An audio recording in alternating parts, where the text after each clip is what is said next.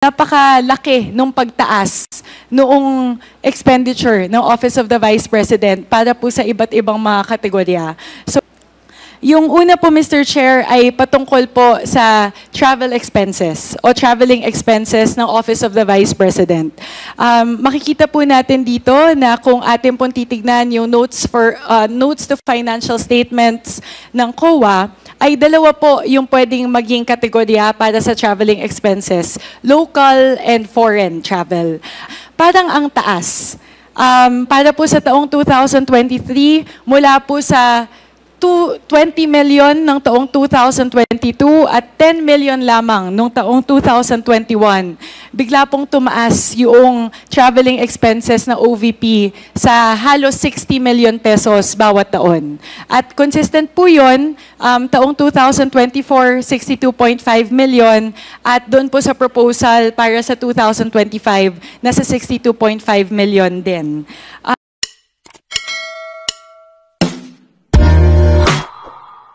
I would like to move to a different topic. So throughout the hearing, we've been talking about the confidential funds and how the OVP has dispersed the confidential funds. But with the indulgence of the chairman, I would like to move to looking into the regular funds and the disbursement of the regular funds of the Office of the Vice President. Please proceed.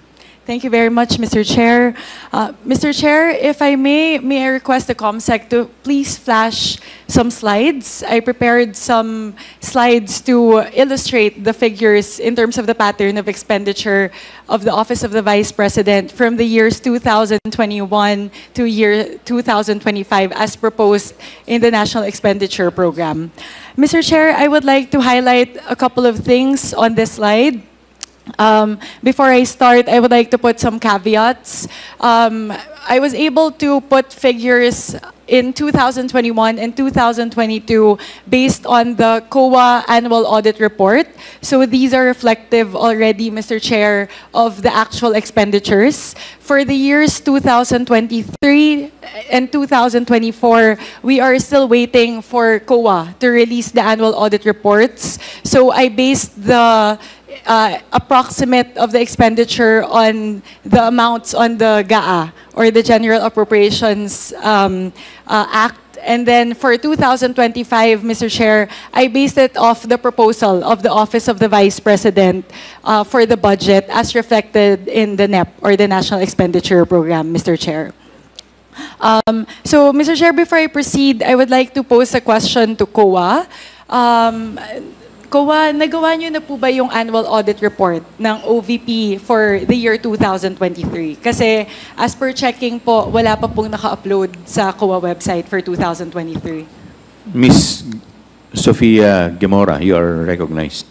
Thank you, Your Honor. As to the publication for the 2023 annual audit reports, not only for the OVP but for all of the COA audit reports, duly transmitted to respective auditees or management. Our chair, in relation to the General Appropriations Act that was released for 2024, issued a memorandum that publication of the COA audit reports duly transmitted to the audited agencies will be uploaded by December 1 onwards, which publication will include the AAPC, or the status of action taken by the management on the audit observations therein or in the audit reports, and as well as the APMT, which concretize the validation or a report validating the action taken of the management on the audit observations on that year or on 2023 annual audit reports, ma'am. Noted on that, Mr. Chair. In the absence of the COA report duly published by COA, Mr. Chair, we will stick for now to the values indicated in the GAA for the year 2023 and 2024. Mr. Chair, please allow me to make general comments on the patterns that I've seen from the year 2021 to 2025. Dalawa po siguro yung gusto ko pong puntuhin dito po sa ating obserbasyon.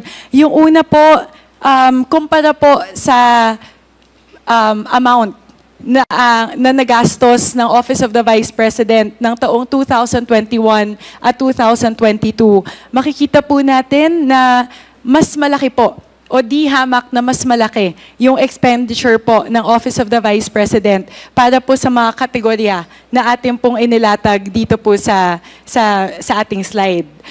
Pangalawa, Mr. Chair, napakalaki po nung across the different years po, napakalaki nung pagtaas noong expenditure ng Office of the Vice President para po sa iba't ibang mga kategorya. So, Mr. Chair, I would like to highlight two observations.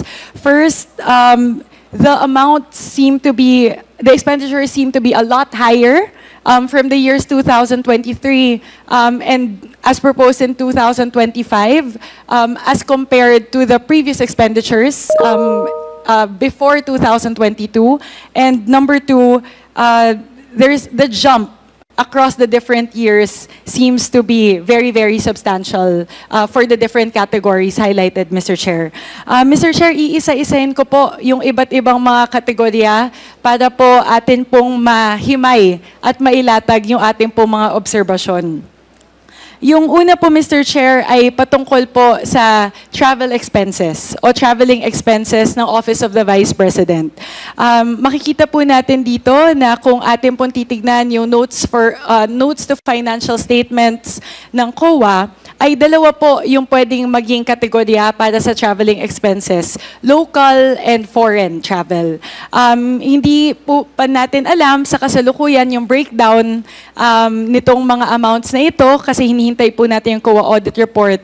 Pero dito pa lang, Mr. Chair, makikita po natin na parang ang taas. Para po sa taong 2023, mula po sa 20 million ng taong 2022 at 10 million lamang noong taong 2021.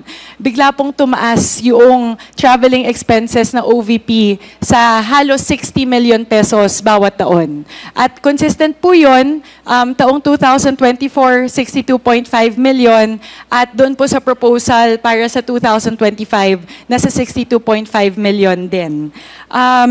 Dito po, Mr. Chair, nais ko po sanang tanungin yung COA. Meron po ba kayong ginagawang assessment or audit patungkol po sa nature of the travels? Tinitignan niyo po ba kung ito ba ay necessity? Necessary po ba ito to the fulfillment of the duties or the mandate of the Office of the Vice President? Tinitignan po ba natin kung reasonable yung gastusin sa bawat travel? Ano pong klaseng audit yung ginagawa po ng COA patungkol po sa traveling expenses, Mr. Chair? Mr. Chair, may I? Yes, Mr. Tomawis, you're recognized. Congressman Swansing, Mr. Chair, for the traveling expenses po, we base our audit on the Executive Order 77, wherein may mga prescribed rates po doon for the travel abroad and local travel, and may mga parameters and guidelines and procedures, and also we have also the documentary requirements ng COA wherein may mga requirements required to be submitted to substantiate or to validate yung mga travel expenses na na-incur ng agency. Mr. Chair, thank you, sir. That's from the audit standpoint po eh. Maganda din po kasi sana kung meron po sana, Mr. Chair, na representante mula po sa Office of the Vice President. Maganda po sana nating maitanong na bakit kinailangan nila yung ganito kalaki na gastusin na traveling expense po. Kasi po nung sa mga previous years po, di ba po halos kung titignan natin, almost 20% lamang or 1/5 lamang nung kasalukuyang gastusin ng OVP yung traveling expenses. So, alam ko po na hindi masasagot ng COA yung dahilan kung bakit dumami yung travels. Pero sana po mabigyan po tayo ng linaw ng Office of the Vice President kung ito bang mga travels na ito ay necessary po at ano po yung papaano po ito nag-a-align doon po sa mga objectives at mandate ng Office of the Vice President. Mr. Chair, may I answer? Yes, Mr. Tomawis, you are recognized. Based on our report po, dun sa travel expenses, since ang OBP for the 2023, nag-full blast sila kasi nagkaroon po ng expansion, which is yung satellite offices and also yung disaster operations nila.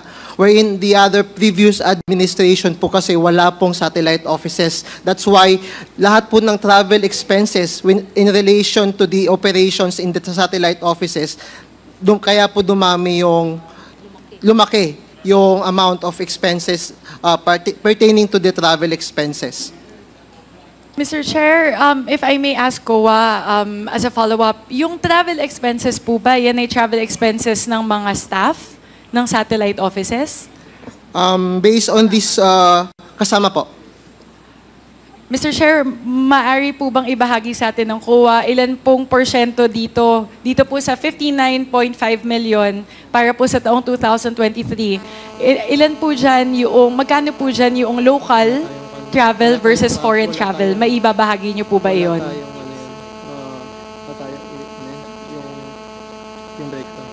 As to the breakdown po, we cannot commit to answer the breakdown today po kasi wala po sa aming report as of this day po yung breakdown kung ilan po yung para doon sa staff at sa satellite offices. Mr. Chair, siguro as an observation lang po, even naman po if we would look at previous administrations, ang nature naman po talaga ng jurisdiction ng Vice President ay national in nature. So, bumabiyahe naman po talaga yung ating mga Vice Presidents all over the country. So, siguro po, yun nga, baka ang accounting factor lang po nun kung bakit tumaas ay dahil po dun sa mga satellite offices. At yun po siguro yung tanong natin, Mr. Chair, dati pa, simula pa nung nagkaroon tayo ng pagtalakay patungkol dito, ano po ba yung necessity noong mga satellite offices na iyon kung napakalaki po nung epekto nun doon po sa mga expenses, Mr. Chair?